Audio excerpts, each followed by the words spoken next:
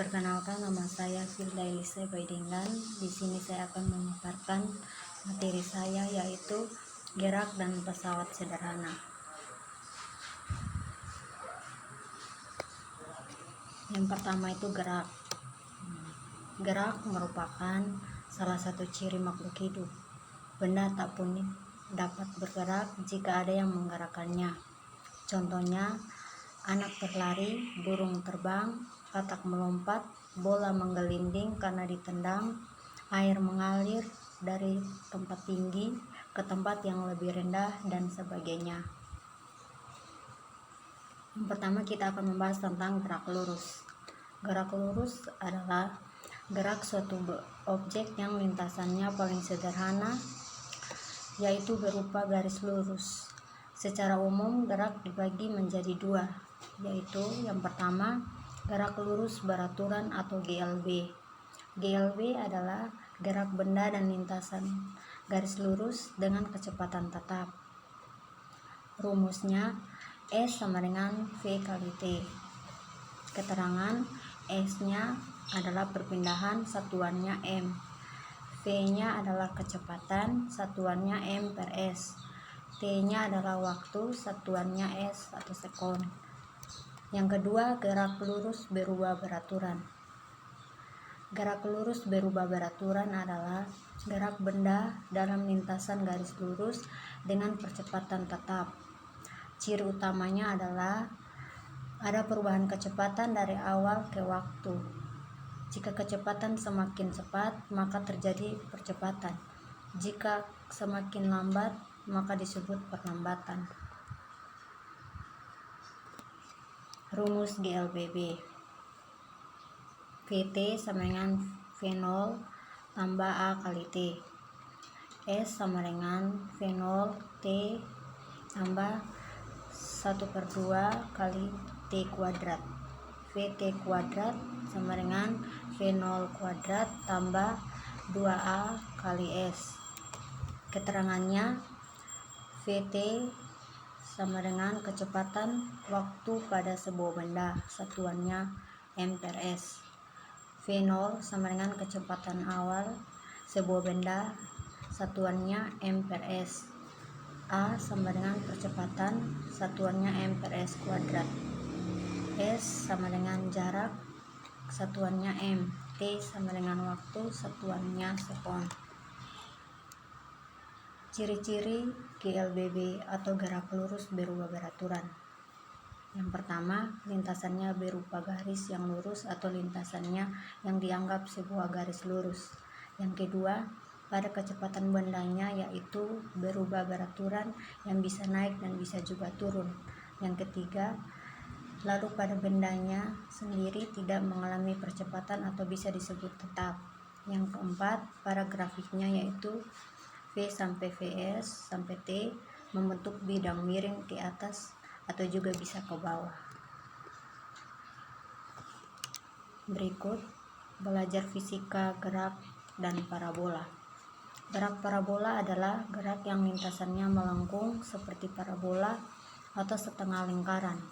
Gerak parabola ini perpaduan antara gerak lurus beraturan atau GLB dan gerak lurus berubah beraturan atau GLBB. GLB berlaku pada gerak benda secara horizontal, sedangkan GLBB berlaku pada gerak benda secara vertikal.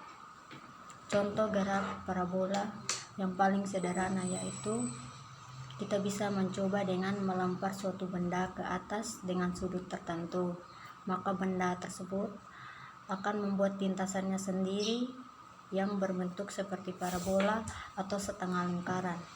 Hal itu karena pengaruh dari gaya gravitasi dan gaya yang kita lakukan pada benda tersebut. Berikut rumus gerak parabola. Teman-teman bisa melihatnya di layar.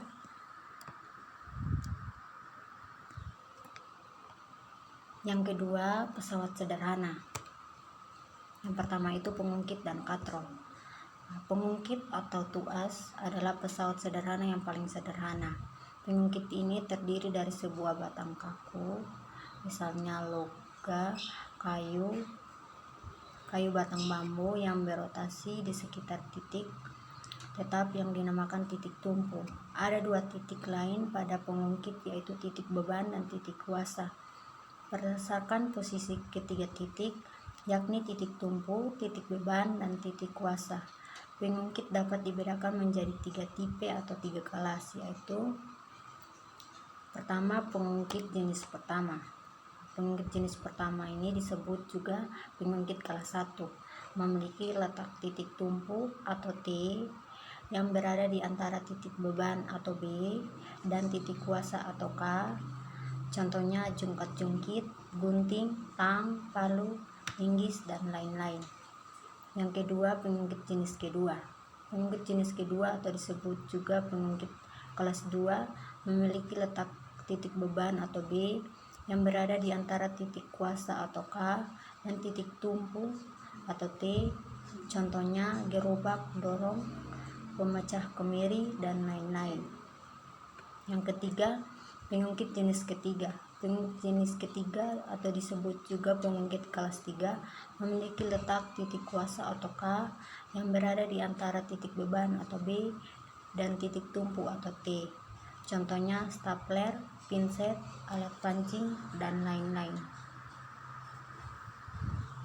Dalam pengungkit, besar keuntungan mekanis yang dihasilkan saat bergantung dari posisi titik tumpu, titik kuasa, dan titik bebannya. Ada beberapa komponen yang terdapat dalam sebuah pengungkit. Yang pertama, titik kuasa atau K, yaitu bagian ujung pengungkit yang diberi gaya kuasa untuk mengangkat beban.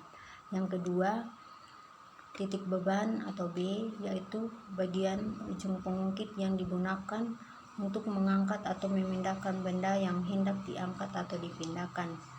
Yang ketiga, titik tumpu atau T, yaitu bagian pengungkit yang menjadi posisi tumpuan atau penyangga.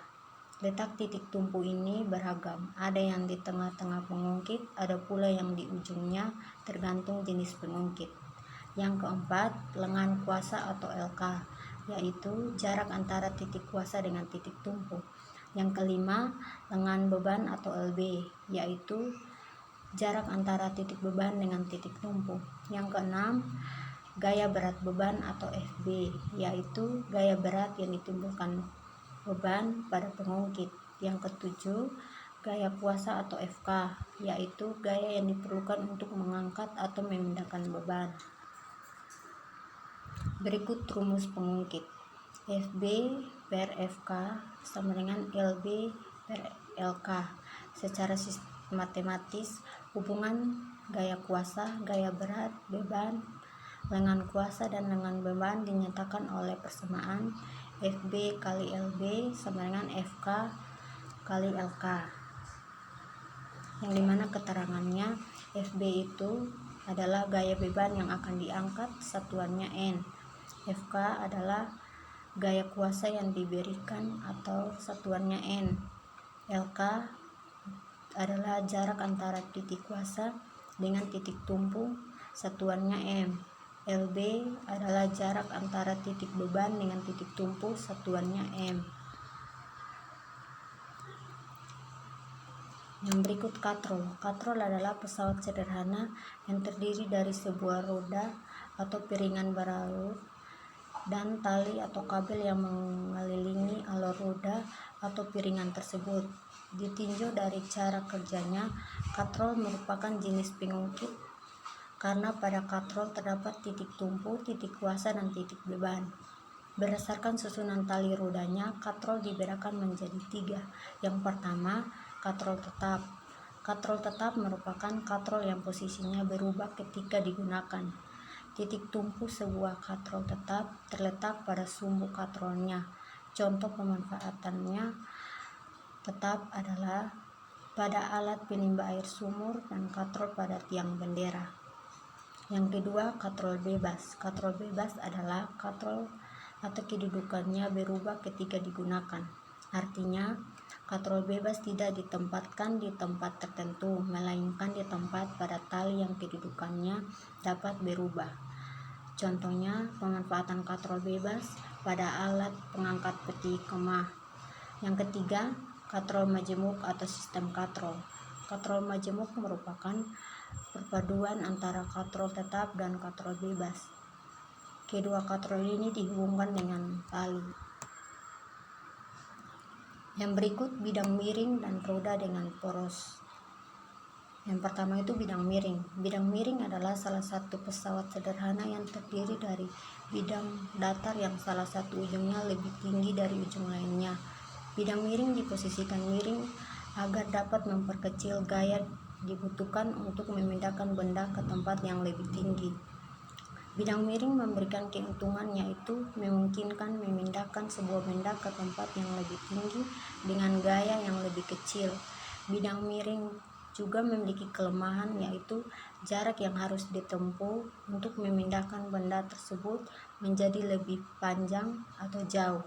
Pemanfaatan kerja bidang miring dapat ditemukan dalam sejumlah perkakas diantaranya kapak, sekruk, pisau, baut, dan lain-lain.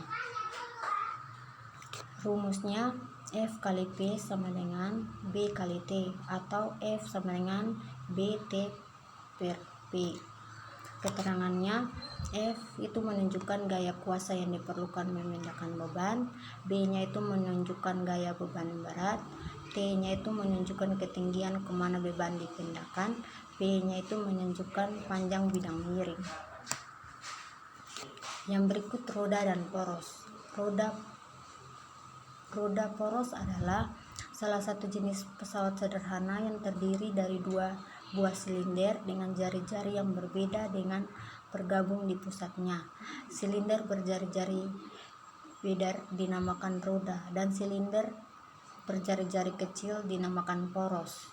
Roda dengan poros bekerja dengan secara mengubah besar dan arah yang digunakan untuk memindahkan sebuah benda. Contoh penerapan roda dan poros dalam kehidupan sehari-hari yaitu pemutar keran air, pintu yang bulat, oben, setir kendaraan, roda pada kendaraan, bor tangan, dan lain-lain. Rumus roda dan poros. FB kali R sama dengan FK kali R. Sehingga keuntungan mekanisme pengenalan roda dan poros sebagai berikut. Nah, teman-teman bisa melihatnya di layar. Sekian dan terima kasih. Ini adalah hasil pemaparan materi saya tentang gerak dan pesawat sederhana.